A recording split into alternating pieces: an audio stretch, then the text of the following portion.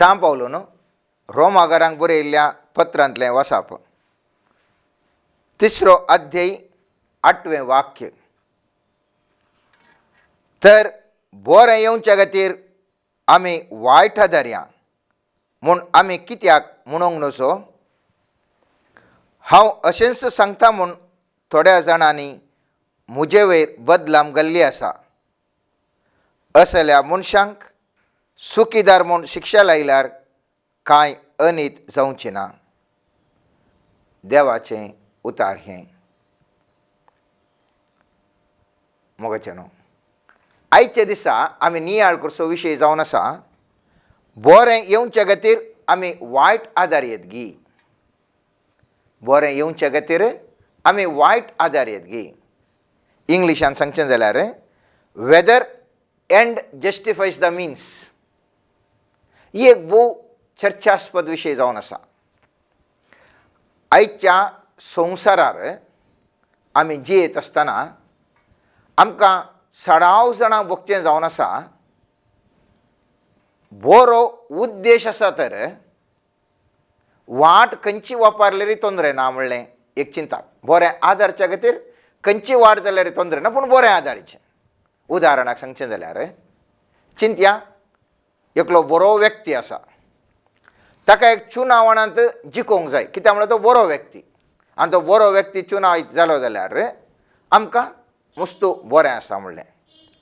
आनी ह्या खातीर एक बरो सरकार हाडच्या खातीर जर तर एका मनशांनी पयशे वा इतर अक्रम चुनावणांत अक्रम करणं या सोरो दिवन आनी कितें करणं एक बरो सरकार हाडल्यार तें सारकें गी म्हणलें एक सवाल. वा आमचे कडेन आमी संस्थे चलयता. आमच्या समाजांत ह्या भारत देशांत ह्या संवसारांत जाय तितले संस्थे आसात आनी हे संस्थेनी करचीं कामां बरीं देखून खंयच्या रुपार तरी पयशे जमयत गी.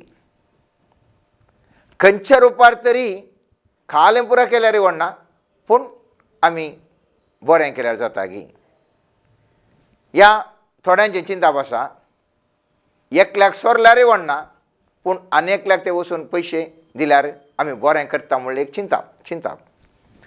आतां हांगासर असचें सवाल असलें चिंताप सारकें गी म्हणलें एक वाद आमच्या समाजांत आसा.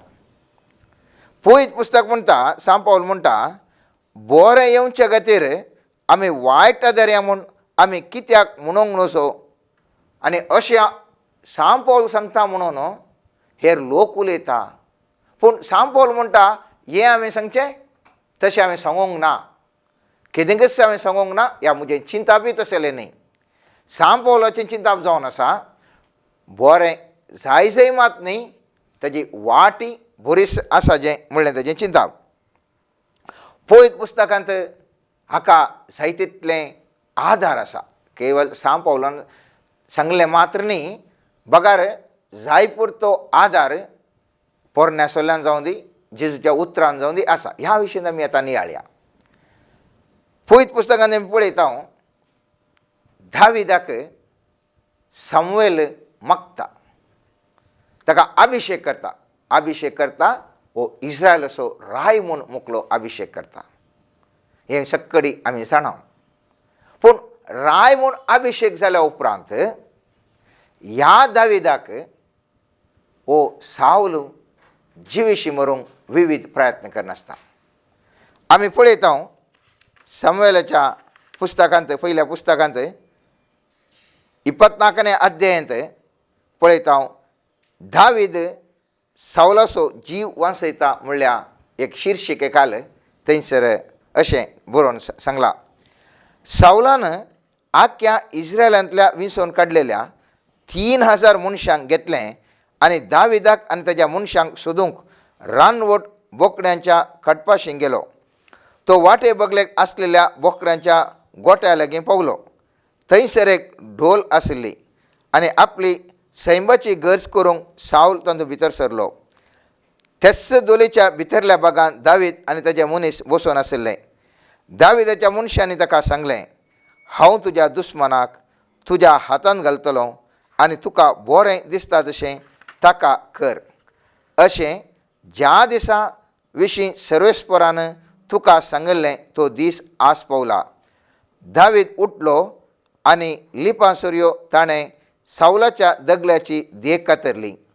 पूण उपरांत सावलाच्या दगल्याची देख आपणे कातरली म्हूण दाविदाच्या अंतस्कन कांतोवंक लागलें. ताणें आपल्या मनशांक म्हळें, म्हज्या धन्याक सर्वेस्पराच्या अभिशिक्ताक असली करणी करूंक ताचेर म्हजो हात उबारूंक सर्वेस्पर म्हाका निर्मिना जावं, कित्याक तो सर्वेस्परचो अभिशिक्त.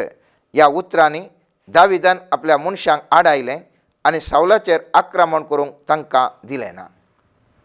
पळय हांगासर सामान्य जावन चिंतचें जाल्यार पळय म्हाका सर्वेस्परान अभिशिक्त केला. दाविदाक चिंते आशिल्लें, म्हाका सर्वेस्परान अभिशिक्त केला. हांगासर हो सावल सोदून म्हाका जिवेशी मारूंक आयला. सर्वेस्परान ताका म्हज्या हातान घाला. त्या देखून ताज्या साकरान ताका सांगता आसतना ताका आतांच आमी लागाड काडुया म्हणटा आसतना दाविदाक सांगीत आसलें, जायत आमी ताका लागाड काडया. हें सर्वेस्परान हातान घालां जाय आनी सर्वेस्पराचें तें काम जाय म्हजें वाट बेगीनच सुलाभ करूंक. पूण दाविदान तशें सांगूंक ना. दावीद म्हणटा तो एक मागलोलो व्यक्ती, ताका आमी कितेंच बादा करूंक नजो. आनी इतलें सांगून आपणे मागलोलो व्यक्तीक कितेंच करिना म्हूण सांगून ताजे उपरांत तो सावल पयस केल्या उपरांत दावीद भोवमान सांगता. दावीद म्हणटा 17 वाक्यान आमी थंयसर पळयता, दाविदान सावला लागीं ही उतरां उलोवन जातच सावलान म्हळें, म्हज्या पुता दाविदा हो तुजो ताळो. दावीद म्हणटा, तूं म्हज्या हातांतच आसुल्लोय, हांवें तुका कांयच करूंक ना दुनिया म्हणटा. आनी दाविदाचो हो थाळो आयकलो सावल म्हणटा, म्हज्या पुता दाविदा हो गी तुजो थाळो. आनी सावल कितें म्हणटा, ताणें दाविदाक म्हळें, तूं म्हजे प्रास चड नितिवंत, कित्याक हांवें तुका वायटान फारीक करूंक केलें आसता तुवें म्हाका बऱ्यान फारीक केलें. तूं म्हजे सवें कितल्या बऱ्या तरान चल्लाय म्हूण आज तुवें दाखोवन दिलें. सर्वेस्परान म्हाका तुज्या हातान घालो जाल्यारय तुवें म्हजो जीव काडलो नाय. कोणूय एका मनशाक आपलो दुस्मान मेळ्ळा जाल्यार तो ताका सुरक्षीत वचोवंक दीत. जें तुवें आज म्हाका केलें ताचें इनाम सर्वेस्पर तुका दिवं. तूं खरेंच राय जातलोय आनी इस्रायलाचें रास तुज्या हातांत त्री रावतलें म्हूण हांव जाणा. पळया हांगासर सावल म्हणटा, तूं म्हजे के बरो, तूं खंडे जावन राय जाताय, तूं मस्तो बरो. हांवें वायट करूंक प्रयत्न केलें, म्हज्या जाग्यार कोण आसलो जाल्यार, तुज्या जाग्यार कोण आसलो जाल्यार वायटाक वायटच पळयत आसलो, पूण तुवें तशें करूंक नाय आनी तूं खंडीत जावन राय जातलोय. आनी मुखार कितें घडटा, सावलान त्या दाळा म्हणून चिंतूंक जाय आसलें, वय म्हाका दाविदान कितेंच वायट करूंक ना, ताज्या हातान मेळ्ळ्यार म्हाका कांय करूं ना म्हणून. पूण कितें घडटा, परत ह्या सावलाच्या मुतीन देता ह्या दाविदाक लागाड काडूंक. आनी दुसरे बोटीन आमी पळयता 26 अध्यायांत परत्यान दावीद सावलाचो जीव वाचयता. आनी थंयसर जाल्लें घडीत अशें आसा, जीपाचे मनीस गिबेयांत सावलाशी आयले आनी म्हणाले, दावीद जेसुमोना मुखल्या हकिला दोंगरार लिपोवन रावला. देखून सावल उठलो आनी इस्रायलाच्या 3000 विंसोवन काडलेल्या मनशां सवें जीफाच्या अरण्यांत दाविदाक सोदूंक भायर सरलो. सावलान रस्त्या देगेर आसलेल्या जेसुमोना मुखल्या हकिला दोंगरार थंब मारलो. सावल आपणाची फाट धरून अरण्यांत आयला म्हूण आयकतच दाविदान गुप्ताचारांक धाडलें आनी सावल खरेंच आयला म्हूण ताका कळीत जालें. दावीद भायर सरलो आनी सावलान थंब मारिल्ल्या जाग्याक आयलो. सावल आपल्या सेनापती सवें म्हणजे नेराच्या पुता अब्नेरा सवें न्हिदोन आसलेलो जागो दाविदान पळयलो. सावल शिबिरा भितर न्हिदोन आसलो, ताजें सैन ताजे भोंवतणी थंब मारून आशिल्लें. दावीद आनी अभिशय रातच्या वेळार सावलाच्या सैनाशी गेले आनी सावल शिबिरान न्हिदोन आसलो तांणी पळयलो. ताजो बालो ताजे तकले लागीं धर्नीक तोपोवन दवरलो आनी अब्नेर आनी सैनीक ताजे भोंवतणी न्हिदोन आशिल्ले. अभिशयन दाविदाक म्हळें, आज सर्वेस्परान तुज्या दुस्मनाक तुज्या हातान घाला. हांव ताका आतां भल्याच्या एकाच मारान धर्नीक खिळायता. हांवें ताका 2 फावटी मारची गरज पडची ना. पळय हांगासर दुसरे फावटी सावलू दाविदाच्या मनशांच्या हातान मेळटा आनी दाविदाचे सांगाती आसले म्हणटात पळय पयले फावटी तुका सोडयलें सगळा सोडलाय पण आतां दुसरे फावटी तुज्या हाताक मेळ्ळा एकच मार पुरो तो थंयसर मरता आनी घडये घडये हो मनीस सुद्राना देवान तुज्या हातान घाला धर धर म्हणून तुज्या हातान दिता येपटी ताका तो कित्याक म्हळ्यार तुका राय म्हूण अभिषेक्त केला आनी हाचे रायपण गेला ही देवाची खुशी जावन आसोंक पुरो म्हूण ताणें चिंतलें जावंक पुरो पूण दावीद कितें म्हणटा पळया पूण दाविदान अभिषेक म्हळें ताका मारी नाका कित्याक सर्वेस्पराच्या अभिषिक्ताचेर हात उबारतल्याक ख्यास्त मेळनासतना वसात दाविदान फुडें उलोवन म्हळें जिव्या सर्वेस्पराचो सफोत सर्वेस्पराचो ताका मारतलो वा ताणें मोरचो दीस येतलो वा तो झुजाक वेतलो आनी ताचो नाश जातलो सर्वेस्पराच्या अभिषिक्ताचेर हात उबारूंक सर्वेस्पर म्हाका निर्मिना जावं पूण आतां ताच्या तकले लागीं आसलेलो बलो आनी उदकाचो कोळसो घे आमी वसोया दाविदान सावलाच्या तकले लागीं आसलो बलो आनी उदकाचो कोळसो घेतलो आनी ते तांचे गेले कोणेंच हें पळयलें ना पळयात दावीद सांगता तो अभिषिक्त जर तर देवान ताका लगाड काडूंक जाय जाल्यार देवच लगाड काडटलो आमी हात घालचो नाका आमी देवाच्या स्थानार रावन आमी वायट करचे आमी थंयसर कांय करूंक वयचे नाका आमी वायट करचें नाका बरें जावचे खातीर आमी वायट करचें नाका जर तर ती देवाची खुशी जाल्यार देवच ताका सस्नाचो उशीव दितलो हांगासर तो हाताक मेळ्ळ्यार ताजो भालो काडटा कोळसो काडटा आनी सीदा तो पयस वता एक घडीभर मोगाचें हांवें तुवें चिंतसय असलो संदर्भ म्हाका तुका मेळा जाल्यार आमी कशें वर्तन करता आमी चिंतिनावंगी वय बऱ्याकच जावचें दुस्मान म्हज्या हाताक मेळ्ळा ताका आतां म्हजो सारको संदर्भ ताका हांवें जिवीशी मारचो या ताका हांवें मान मर्याद काडचो या ताका हांवें लगाड काडचो असले सबार चिंताप म्हजें तें आनी तुजें तें वळनांगी मोगाचें न्हू पूण पवित्र पुस्तक म्हणटा जें तर एका मनशाक कितें वायट घडूंक आसा जाल्यार त्या देवाच्या खुशे प्रमाणे देवच ताका जाय जाल्या रितीर करूंक पुरो पूण हांवें तुवें वायट करचें न्ही हांवें तुवें वायट करचें न्ही आनी हे कोळसो आनीक भालो घेतिल्लो हो दावीद तो पयस वता आनी त्या सावलाक आनी ताच्या सांगाताच्या ताच्या सेनाधिपतीक बोंबार म्हणटा पळया तुवें कित्याक राखोंक नाय सेनाधिपतीक म्हणटा आपणे जर तुवें कित्याक राखोंक नाय ताका तुवें केदो व्हडलो गुन्यांव हांव केलोय तुज्या राया कडचो असो भालो आनी कोळसो तो खंयसर आसा आनी अशें बोमारता आसतना सावलाक आयकता आनी म्हणटा सावल म्हणटा सावलान दाविदाची ताळ्याची वळख मेळ्ळी आनी ताणें म्हळें म्हज्या पुता दाविदा ओ तुजो ताळो दाविदान जाप दिली वैरया म्हज्या धन्या ताणें फुडें उलोवन म्हळें म्हजो धनी आपल्या सेवकाची फाट धरून कित्याक घेता हांवें कितें केलां असलो अपराध हांवें केला आतां दया करून म्हजो धनी आपल्या सेवकाच्या उतरांक कान दिवं सर्वेस्परान तुका म्हजे विरोध साळयलो जाल्यार तो एक बलिदान स्विकार करूं पूण मनशांनी तर सर्वेस्परा मुखार तो शिरा पडलेलो जावं पळय थंयसर दावीद दोन संगती सांगता सावला तुका जर तर देवान म्हजे विरोध साळवयला जाल्यार हांव खंडीत एक बली जावंक तयार आसा जर तर मनशांनी तुका साळयला जाल्यार तूं एक शिराप जातलोय तो व्यक्ती कोण तसले चिंता पडला तो शिराप जातलो म्हळ्यार वायट जर तर मनीस करूंक चिंता तो व्यक्ती शिराप पडलेलो जावं म्हणटा जर तर सर्वेस्पर देव एका जिवितान घडी हाडटा ती देवाची खुशी आपूण ताका भाली जावंक तयार आसा म्हूण दावीद म्हणटा तेन्ना सावलान कितें म्हणटा पळया तेन्ना सावलान म्हळें हांवें पाताक केलें म्हज्या पुता दाविदा फाटीं ये हांव तुका परतून वायट करचो ना कित्याक आज तुवें म्हजो जीव मोलादीक म्हूण लेखलोय हांव खरेंच तुका एक मूर्ख जावन आसलो आनी हांवें एक व्हड चूक केली दाविदान जाप दिली हांगा आसा रायाचो बलो तरणाट्या मदलो कोणूय एकलो येवन तो व्हरूं सर्वेस्पर हर एकल्याक ताच्या नितीवंतपणाच्या आनी विश्वासपणाचें फळ दिता कित्याक सर्वेस्परान तुका आज म्हज्या हातान घालो पूण सर्वेस्पराच्या अभिषिक्ताचेर हांवें म्हजो हात उबारलो ना सर्वेस्पराच्या अभिषिक्ताचेर हांवें म्हजो हात उबारलो ना आज आमी पळयता मोगाचें आमी अभिशिक्ताचेर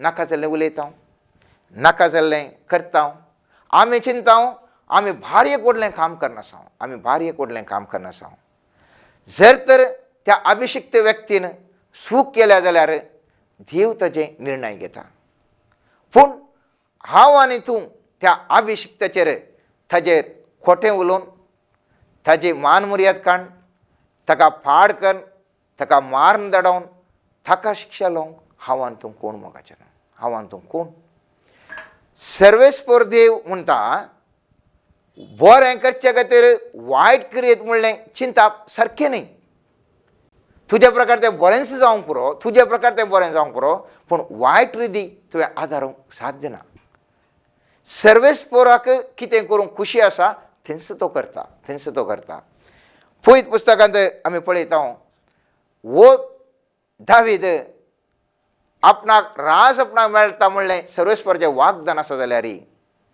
आपणाक अभिषेक सर्वेस्परान केला तरी तो साऊलाक कितेंच अन्याय करिना आनी तिसरें घटना हांगासर आमी पळयता साऊलाची मरणाची खबर एक व्यक्ती दाविदाक हाडून येता ह्या दाविदान 2 फावटी हाका राखलें मात्र न्ही दाविदाक जिवीशीं ताज्या मर्येत आशिल्लें हातांत आशिल्लें ताणें कांय करूं ना मात्र न्ही साऊलाची त्या रायाची मरणाची खबर हाडल्या वेळार कितें घडटा हें एक आमी नियाळ करीत जाय पयत पुस्तक म्हणटा सामुएलाच्या 2ऱ्या पुस्तकांत 1ल्या अध्यायांत साऊलाच्या मरणा उपरांत दावीद अमालेकितांचेर जैत व्हरून फाटीं आयलो आनी जिकलागान 2 दीस रावलो 3ऱ्या दिसा साऊलाच्या शिबिरांतावन एक मनीस आयलो ताजें वस्त्रां पिंजल्लीं आनी ताज्या माथ्यार धूळ आशिल्ली त्या दावीद विचारता तूं कोण आनी तो म्हणटा आपूण एक अमालेकितकार पयत पुस्तक म्हणटा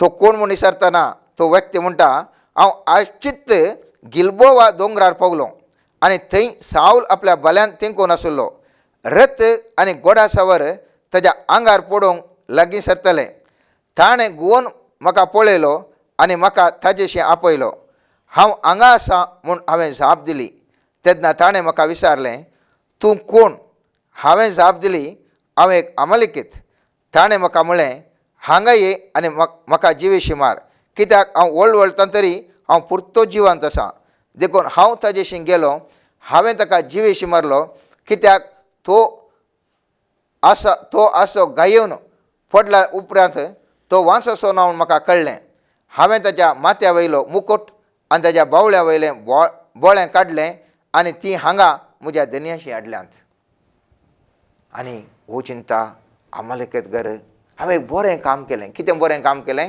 एक व्यक्ती वळवळटा तो मरणाच्या तणेर आसा आनी तोच व्यक्ती म्हणटा दया कर म्हाका एक जिवेशी मार दया कर म्हाका जिवेशी मार कित्याक म्हाका वळवळटा आनी वांचें कांय ना म्हाका जिवेशी मार आनी ह्या साऊलाक हो दावीद विरोधी म्हणलें ताका दावीद आनी साऊला मदें विरोधपण आसा ह्या साऊल दाविदाक जिवेशी मारूंक पळयता म्हणलें ह्या अमालेकिताक कळयल्लें आनी त्या देखून आनी मुकलो राय हो दावीद ताका खबर हाडल्यार भारी खुशी जायत आनी हांवेंच ताका ताज्या वळवळांच्या टायमार हांवें ताका जिवेशी मारलें म्हूण तो अमालेकितकार चिंतून तो थंयसर येता पूण दावीद कितें म्हणटा पळया दाविदान ताका म्हळें सर्वेस्पराच्या अभिशिक्ताचो नाश करच्याक तुजो हात उबारूंक तुका भिरांत दिसली ना उपरांत दाविदान तरणाट्या मदल्या एकल्याक आपयलो आनी म्हळें हांगा ये आनी हाका जिवेशी मार ताणें ताका जिवेशी मारलो दाविदान म्हळें तुजें रगत तुज्या माथ्यार भिजूं कित्याक तुज्याच तोंडान तुजे विरोध साक्ष दिल्याय म्हणून हांवें सर्वेस्पराच्या अभिशिक्ताक जिवेशी मारला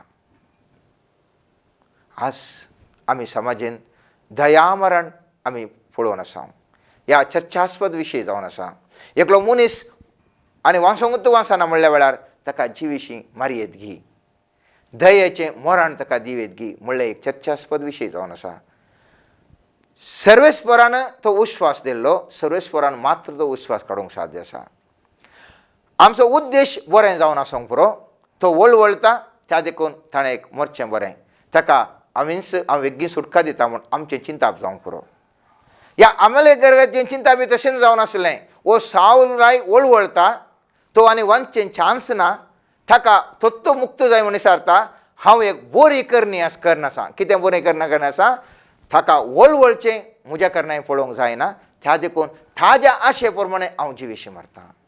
पूण पवित्र पुस्तक म्हणटा दावीद म्हणटा असलें काम तें केल्लें सूख आनी ताका तें खुशेचें खबर जावन दावीद तें स्विकार करना.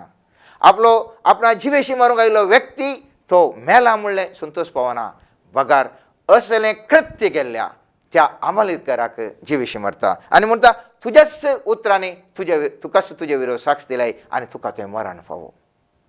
मोगाचें ही एक चिंता आज हांवें तुवें मुस्तू आटोवची गरज आसा. कित्याक म्हळ्यार हांव आनी तूं मुस्तुबटी आमची चिंता जावन आसा एंड या पॉंत या शेवट हो सारको तर हांवें खंयच्या वटेन गेल्यार वडणी म्हणून. पूण पवित्र पुस्तक म्हणटा शेवट तुजो बरो जावन आसूंक पुरो पूण तुजी वाट ही सारकी जावन आसा जाय. देव आमकां थोडे शेवट जोडूंक सांगतना वाट वा हातेरां सांगूंक पुरो या सांगनाशें रावूंक पुरो.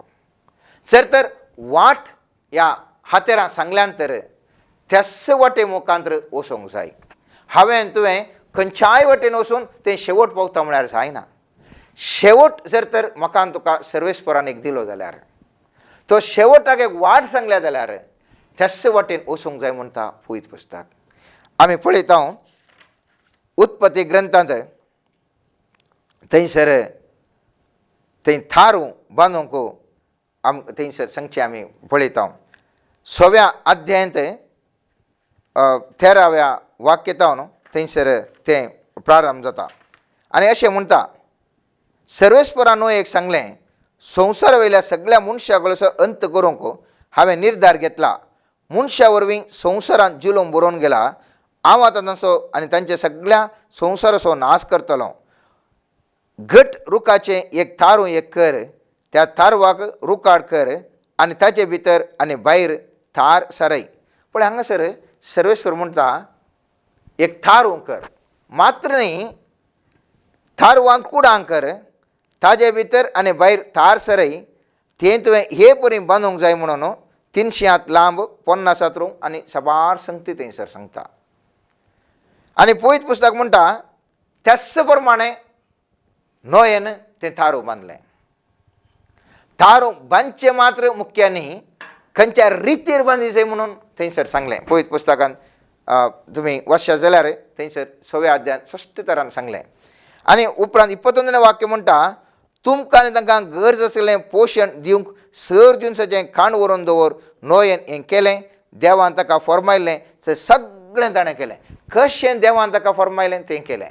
पूण रूख कसो कातरी जाय रुखाचे केदे कुडके करी जाय कसले रूख कातरून कशें हाडी जाय खंयसर स्पश्ट निर्देशन नातिल्लें. थंयसर नोयेन ताका जाय जाल्ल्या बरी केलें. ताका कशें प्रेरण लाभलें तशें केलें. पूण सर्वेस्परान खंयचें सांगलें ती रीत सांगल्या जाल्यार त्याच रितीर ताणें थारून तें बांदलें. ह्या खातीर आमच्या जिवितांत आमकां म्हाका तुका थोडे शेवट दिल्यार जावंक पुरो आनी हे शेवट हांवें तुवें जारी करूंक जावंक पुरो हांवें तूं एक व्यापारस्त जावंक पुरो हांव आनी तूं एक वृत्त्यंत आसां जावंक पुरो हांव आनी तूं एक हुद्द्यार आसां. विविध शेवट म्हाका तुका दिला बरें करूंक ह्या संवसारांत विविध अवकाश म्हाका तुका करून दिल्यात. पूण जावंक पुरो वेपार करता पयशे जमोवंक जाय म्हाका दुबळ्यांक साय करूंक जाय म्हूण म्हजे मतींत आसल्यार हांवें वेपार करता आसतना मोस करून हांवें वेपार केलो जाल्यार आनी ताचे मुखांतर दुबळ्या धाकट्यांक जायत्या जाणांक हांवें बरें केलें जाल्यार जावंक पुरो तो मोस करचो ग्रेस्त व्यक्तींक मोस करना. पयशे जमोवन दुबळ्या व्यक्तींक हांव साय करता म्हळ्यार सर्वेस्पराच्या दृश्टींत हें सारकें न्ही. सबार पोटी आमी पळयता जावंक पुरो आमकां बरें एक रांदप जाय सै आनी रांदप आयल्यांक गेल्ल्यांक पुरो खुशी जाता बरें जाल्यार सगळ्यांक खुशी. त्या देखून नाका जाल्लें जिवाक बरें नातलें तसलें तो पिठो वो पिठो घालना हांवें दीन जाल्यार म्हाका गुत्त आसा हे वापरल्यार जिवाक बरें न्ही, पूण म्हजें रांदप बरें जायचें, सगळ्यांनी हा हा हा कितलें बरें तुजें रांदप म्हूण सांगता म्हूण जायचें, त्या देखून हांव तें पुरो वस्तू घालतां आनी बरें करून रुचीक करून दिता, लोक पुरो होगळशिता भारी बरें रांदप म्हणून. पूण देवाच्या दृश्टींत हांवें तुवें तशें केल्यार तें सारकें न्ही, सारकें न्ही.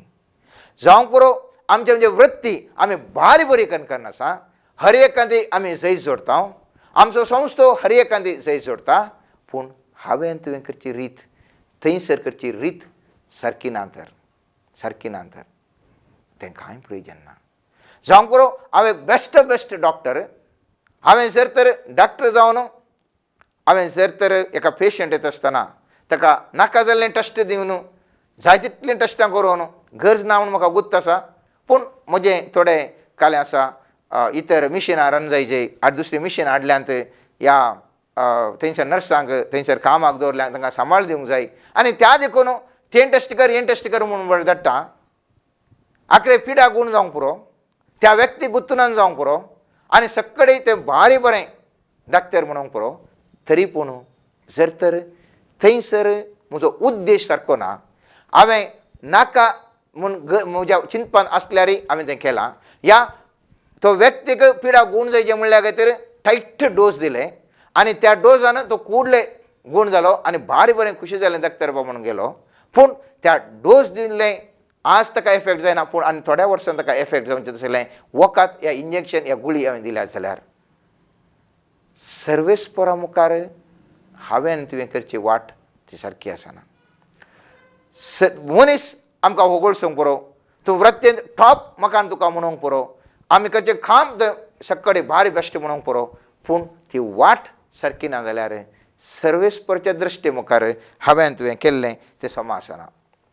लेवी शास्त्रांत आमी पळयता 10व्या अध्यायांत पयल्या आनी दुसऱ्या वाक्यांत अशें आसा, आरोनाच्या पुतांनी नादाब आनी अभिऊ आनी आपआपलें धुपाताटें घेतलें, तांणी ताचेर उजो आनी धूम घालो आनी सर्वेस्परा मुखार आडवरलो उजो भेटयलो. सर्वेस्पराच्या नियमा प्रमाणे तो नाचलो, देखून सर्वेस्पराच्या सदरेतावन तो उजो भायर आयलो आनी तांणी ताका बसमून सोडलें. अशें ते सर्वेस्परा मुखार मेलें.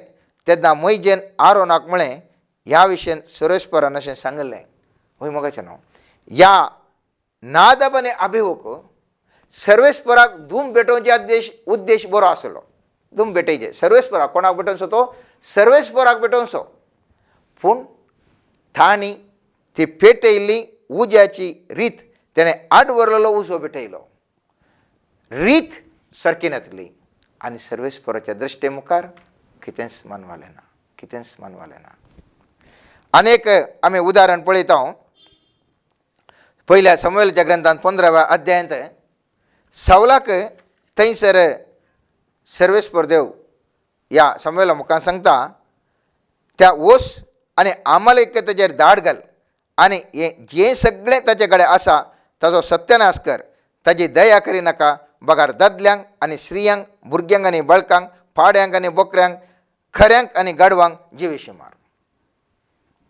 आनी हो सावल वेता, झुजान जिखता आनी कितें करता? नवें वाक्य म्हणटा, सावलान आनी ताच्या सैनिकांनी आगागाक बऱ्यांतल्या बऱ्या बोकऱ्यांक, पाड्यांक आनी शेळयांक आनी मोलादीक आसा तें सगळें नाश करिनासतना सोडलें. हलकें आनी उपकाराक पडांतलें सगळें ताणें नाश केलें. कितें केलें ताणें? बऱ्यांतलें बरें मात दवरलें, बऱ्या बोकऱ्यांक, पाड्यांक आनी शेळयांक. आनी सर्वेस्पर देव ह्या सावलाक तिरस्कार करता. आपणें जें उतार ताणें विधेयपणान दाखोवना, अविधेयपण दाखयलें. आनी सामुएल त्या सावलाक वचून मेळटा आनी त्या दाळा सावल म्हणटा, पळय हांवें तुवें सांगलें बरें केलां, पुरा केलां म्हणटा. आनी सामुएल म्हणटा, मागीर तें आंबेल्लें आयकता न्ही, तें कितें? तें कितें म्हळ्यार तें बऱ्यांतलें बरें आमी हाडलें, सर्वेस्पराक भाली भेटोवंक, तुज्या देवाक भाली भेटोवंक आमी हाडलें. कोणाच्या देवाक? म्हज्या देवाक न्ही, तुज्या देवाक, तुज्या देवाक भाली भेटोवंक हाडलें. आनी बरें उद्देश आमचो. लोकांनी सांगलें, इतल्यो बऱ्यो शेळयो आसात, इतले बरे पाडे आसात, हे कित्याक वेस्ट करचे आमी? आमी देवाक भाली भेटयल्या देवाक कितलें खुशी जायत. आनी त्या खातीर आमी हाडलें. पवित्र पुस्तक म्हणटा, सामुएल सावलाक म्हणटा तुवें अविधेयपण दाखयलें सर्वेस्परा मुखार आनी त्या देकर तुजें रसवटपण तुजें तावन सर्वेस्परान काणवेलां. अविधेयपण मंत्रतंत्राचें की कठीण तें ताजे बरी म्हूण सांगता मुखाचें नांव. ह्या लोकांचो उद्देश जावन आसलो जावंक बरो थंयसर बरी सर्वेस्परा देवाक बली भेटयचे म्हणून पूण ताणें केल्ली रीत ती सोमानातली. देवाच्या उतराक विरोध वचून मनशा सैमान कितें बरें दिसता तें करन तांच्या बरो उद्देश ताणें आसलो जाल्यार रीत तांची सोमानातल्या वरवीं सावलो त्या ताच्या निर्धाराक तो शिक्षा ताका मेळटा. आनी ह्या वरवीं मागोय आनी तुवें जाणा जाय असो उद्देश मोगाचो न्हू. आमी जाणा जाय जायते बोटी हांव आनी तूं बरें करूंक आमी प्रयत्न करता, बरें करूंक प्रयत्न करता. पूण आमचो उद्देश बरो आसल्यार मात पावना. आमची वाटी जेजून सांगिल्ल्या वाटे विरोध वचून आमी उद्देश जारी करता म्हळ्यार जायना. सर्वेस्पराक मोन आसा जाल्यार तो उद्देश खंडीत जावन जारी करता. हांव आनी तूं ताका गरज ना. सर्वेस्पर भोव सत्यवंत, भोव नितीवंत आनी भोव कृपेवंत. तो कितेंय करूंक शकता. हांवें तुवें चिंतचें हांवें अशें वचना जाल्यार तें करूंक जायना कोण ना आनी सगळेंच मोळापूच खंय वयर सकयल पडटा कोण ना म्हणून. पूण पळयत पुस्तक म्हणटा जर तर म्हजी खोशी आसा तर हांव तें करूंक शकता. पूण तुवें हांवें सांगल्या रितीर करचें जाल्यार मात तुवें करूंक जाय. हांवें सांगली रीत सोडून दुसऱ्या रितीर करता जाल्यार तें कांयच प्रयोजन ना आनी तें म्हाका मानवल्लें ना म्हणटा. दावीद आमी पळयता देवाक भारी एक मोगासो व्यक्ती. ताणें सोल्ल्या पेट ताचे सांगता हाडूंक आमी इस्रायल खंयसर आसात थंयसर हाडूंक म्हूण ताणें प्रयत्न केले. आनी त्या जाल्यार कितें करता पळया. इतिहासाच्या पयल्या पुस्तकांत 13व्या अध्यायांत 5वें वाक्यांत अशें आसा. अशें दाविदान किर्यात जेरेमातावन देवाच्या सोल्ल्या पेट हाडचे खातीर इजिप्तच्या शिगोरातावन लेबो हामात पर्यंत असल्या सगळ्या इस्रायल प्रजेक एकठांय केली. दावीद सगळ्या इस्रायल प्रजे सवें देवाची सोल्ल्या पेट हाडूंक बालाक म्हणजे जुदांतला किर्यात जेहारेमा गेलो. ह्या सोल्ले पेटेक केरुबांचेर बसलेलो सर्वेस्पर हें नांव आशिल्लें. तांणी देवाच्या सोल्ले पेट एका नव्या गाडयेचेर दवरून अभिनदाबाच्या घरांत व्हेली. उजा आनी आयो गाडी चलयताले. दावीद आनी सर इस्रायलेत विणे, किन्नेरो, घुमटां, चिपाळ्यो आनी तुतऱ्यो वाजोवन आनी गितां गावन आपल्या सगळे सक्तेन देवा मुखार नाचले. ते किदोनाच्या मुखाबळपाक आयले तेन्ना उजान सोल्ल्या पेट सांबाळचे खातीर आपलो हात मुखार हाडलो कित्याक बैल ती लकयतली. ह्या वरवीं सर्वेस्परचो क्रोध उज्याचेर पेटलो आनी ताणें सोल्ल्याच्या पेटेक आपलो हात लायलो देखून सर्वेस्परान ताका जिवेशी मारलो आनी थंय तावन देवा मुखार मरून पडलो. सर्वेस्परचो क्रोध उज्याचेर पेटलो म्हूण दाविदाक खंत भोगली देखून त्या जाग्याक पेरेस उजा म्हूण नांव दिलें आनी आज पर्यंत ताका थंयच नांव आसा. पळयत पुस्तकांत तांकां एक सांगिल्लें लेवीच्या वंशजांनी मात्र एक सोल्ल्या करारा पेट वरिसे म्हणून. पूण दावीद कितें ताच्या मोतींत आसा एक बरें काम सक्कड इस्रायल घरांक आपयता आनी व्हडा संतोशान आनी उल्हासान एक करार ती पेट व्हरता. पूण कितें घडटा थंयसर त्या रिती प्रमाणे त्या लेवीत घरांनी वरांतल्या वरवीं थंयसर तेले अनावत घडटा. त्या देखून दुसरे बोटी दावीद कितें करता पळया.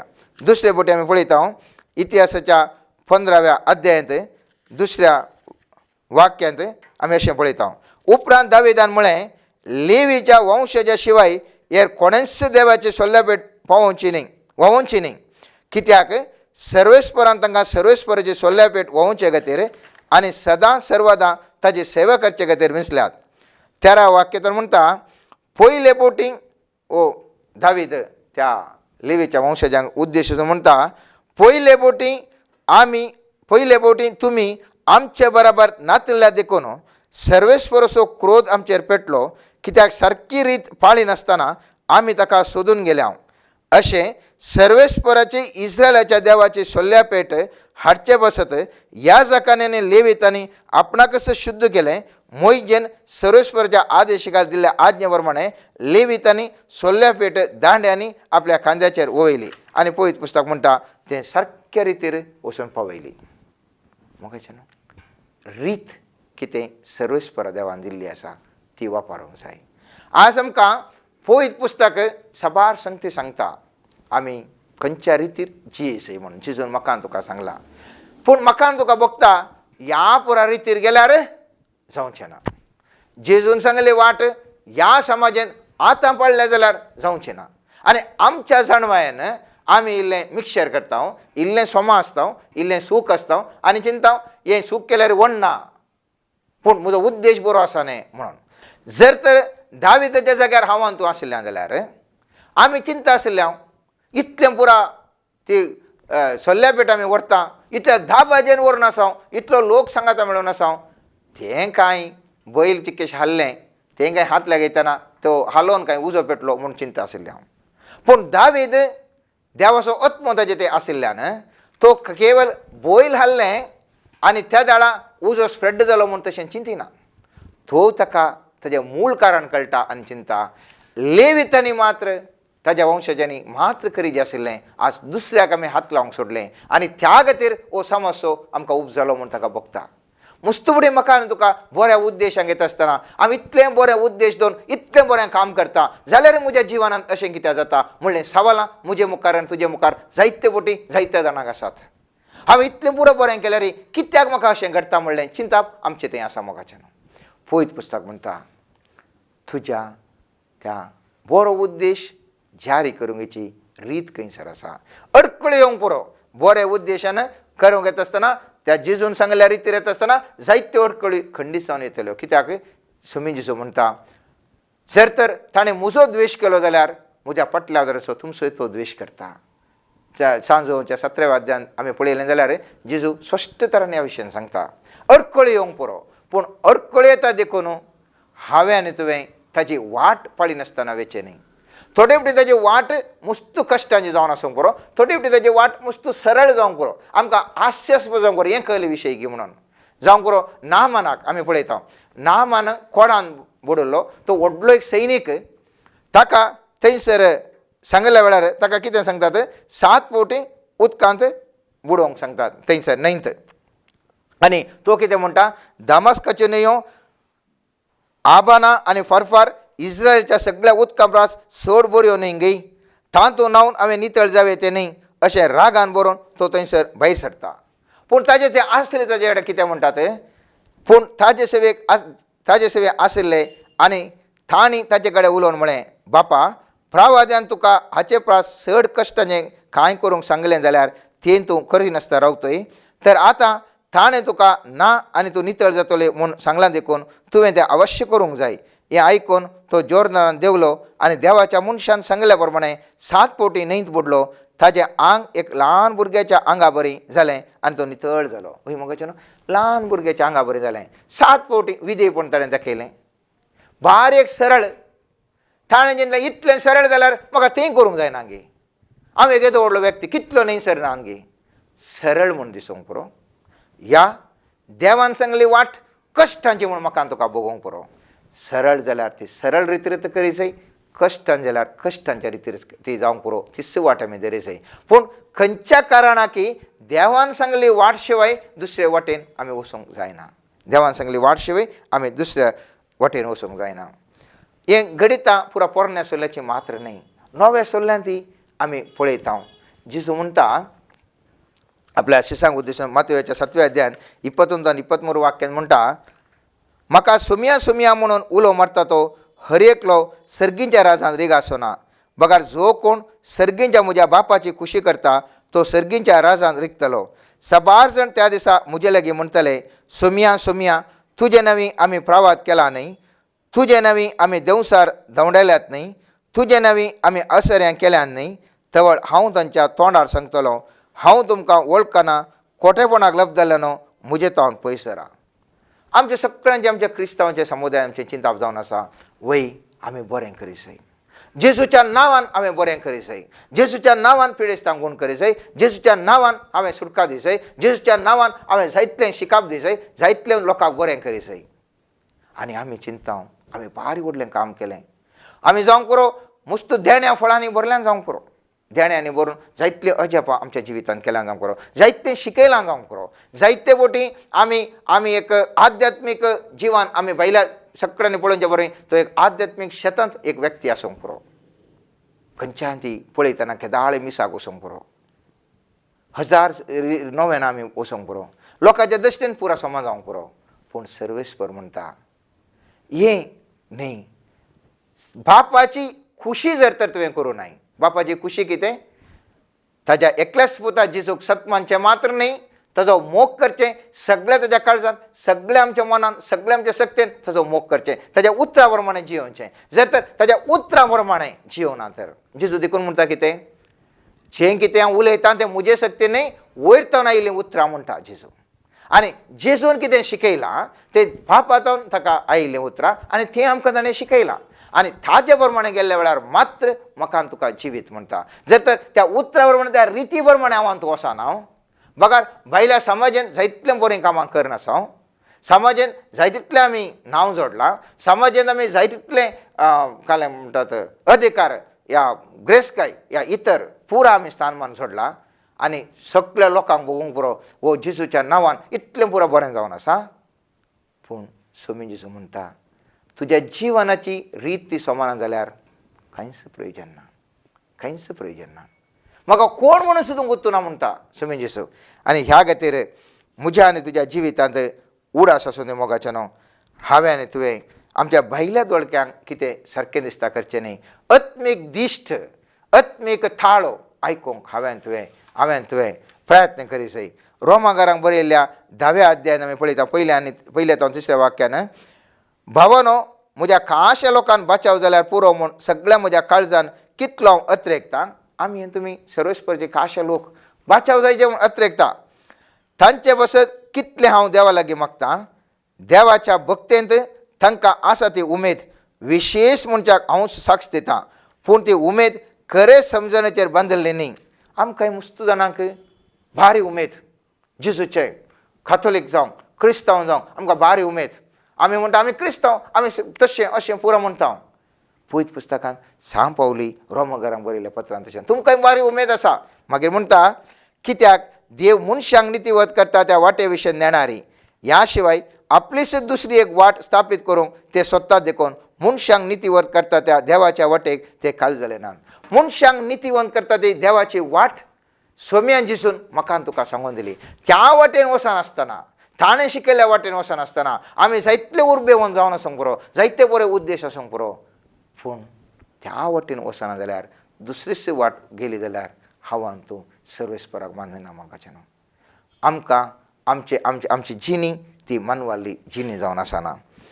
आमच्या समाजांत मुस्तुग्रेस्त जियोंक म्हाका तुका आशा आसा.